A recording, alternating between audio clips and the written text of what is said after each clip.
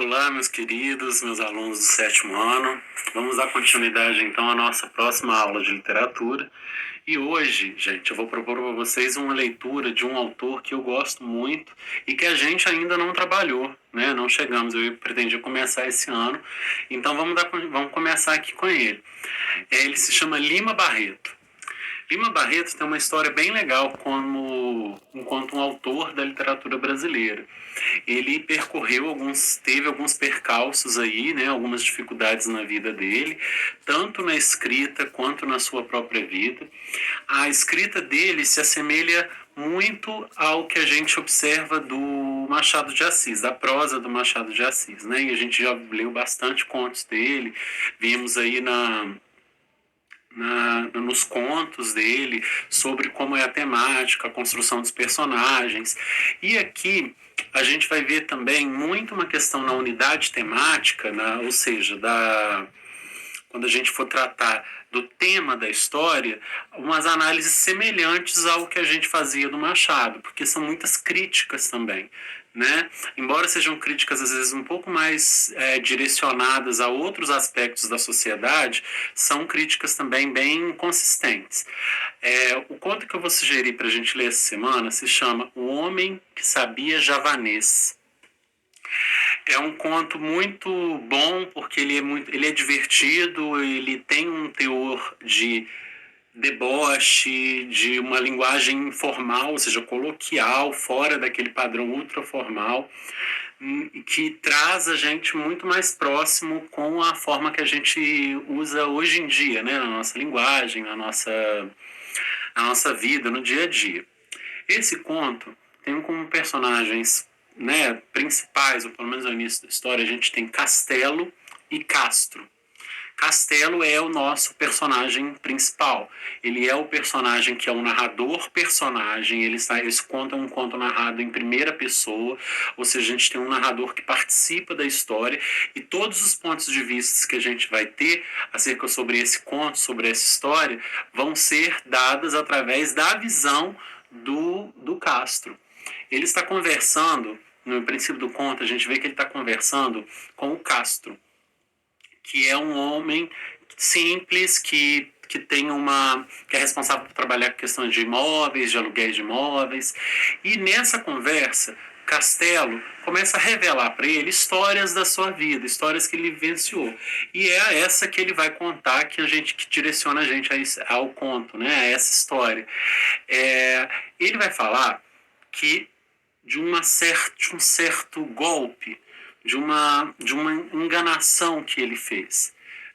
Ele conheceu através de anúncios de jornais, ele viu através de anúncios de jornais, ficou sabendo pelas pessoas que existia tinha um homem rico, né, que é o nosso barão de Jacuecanga, que estava procurando alguém que pudesse ajudá-lo a traduzir um antigo livro, velho, escrito em javanês.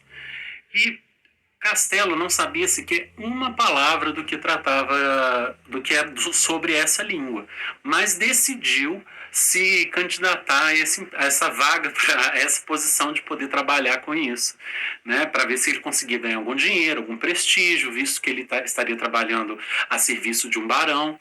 E aí ele pega o livro e ele vê no prefácio, naquele início, em inglês, que o livro falava de um príncipe que tinha ele dá uma ideia central, então a partir daí ele cria toda uma história, toda uma ideia dele convincente, né? Mesmo sem saber uma palavra de javanês, ele cria e ele traduz esse livro pro barão de Jacuecanga.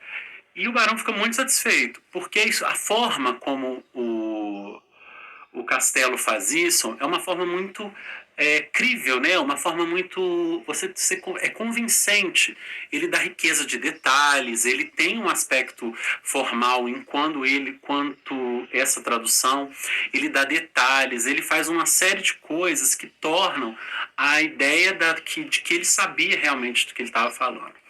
A questão é que a partir daí essa história vai ganhando uma proporção maior, porque o barão, muito satisfeito com essa tradução, indica o castelo a um visconde, o Visconde de Caruru, que era uma pessoa que trabalhava com diplomacia, que trabalhava, né, em meios políticos, e ele acaba conseguindo fazer com que o castelo se torne um diplomata.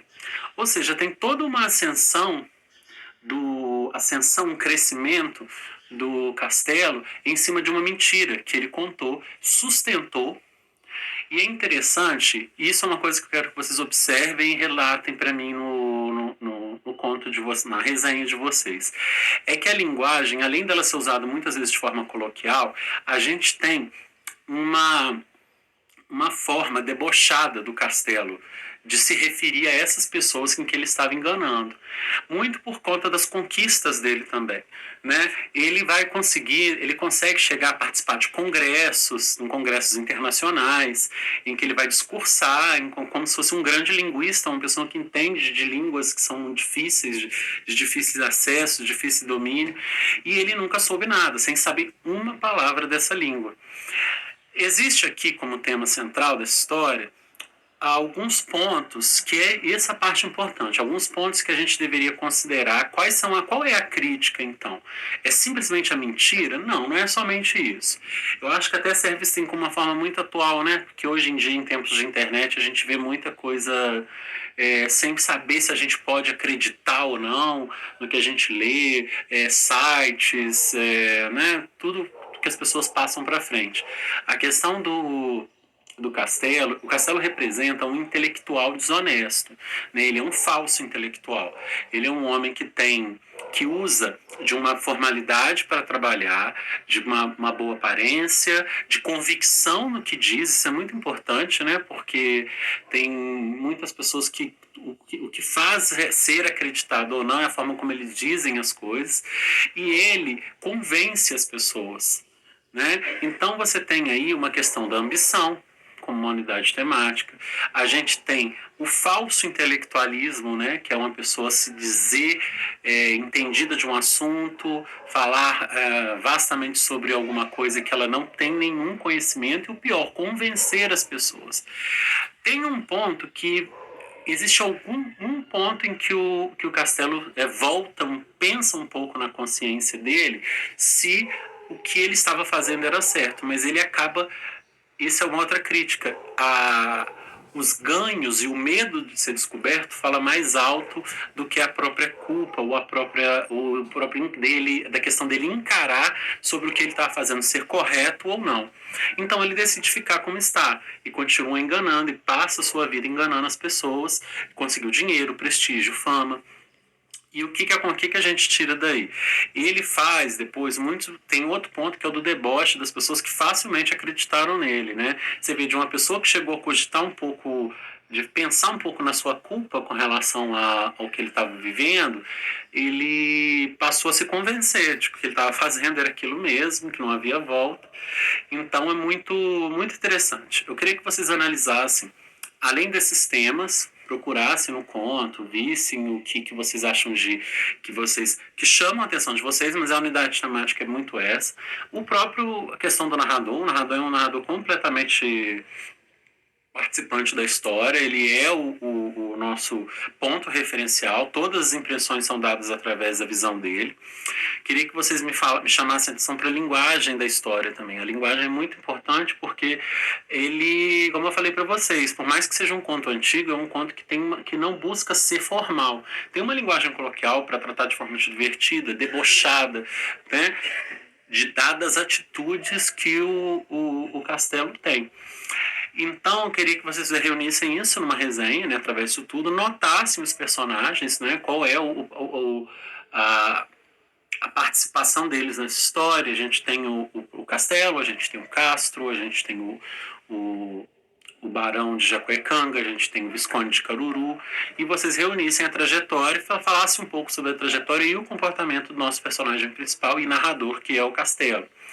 Vale a pena comentar também que o Lima Barreto, ele foi um grande pioneiro, ou seja, foi um dos primeiros a tratar de temas que foram então muito difíceis de se tratar no início. Ele foi um homem que ele morreu sem grande prestígio, mas deixou uma marca muito grande, como muitos autores. Ele é reconhecido com contos de extrema importância para a literatura. Ele foi um alcoólatra que foi internado no manicômio para o tratamento disso. Foi muito, digamos, ruim tudo que aconteceu com ele.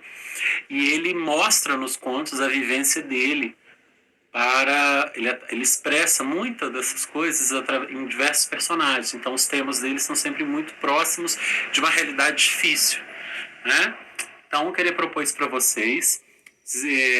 Eu vou deixar aberto no Google Sala de Aula uma atividade para vocês fazerem a entrega dessas resenhas e dizer que eu estou à disposição para qualquer dúvida, qualquer pergunta. E a gente vai se falando então, tá bom? Eu espero que vocês façam uma boa. Vou deixar também o link do conto. Espero que vocês façam uma boa leitura, que vocês consigam se ocupar aí nesse tempo. E olha, muito boa, vale muito a pena. Nós vamos ler outros contos dele agora, né? E a gente está vendo que tem uma linha parecida com o que a gente viu até então do Machado, né? Uma questão de crítica e tudo mais, mudando um pouquinho o foco, tá bom? Grande abraço a vocês e até a próxima. Olá.